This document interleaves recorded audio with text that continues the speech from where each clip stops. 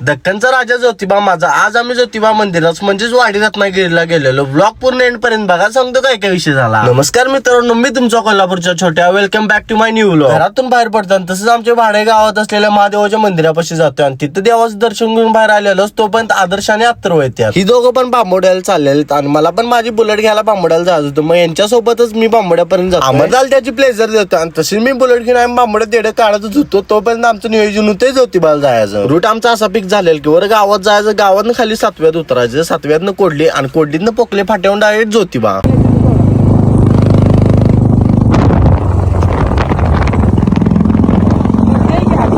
मंदिराचं पार्किंग एकदम भरगच्च झालेलं. त्यात विषय असं झालेला की नवीन नवीन लग्न झालेले जोडपीच मला मंदिरात जास्त दिसत होते.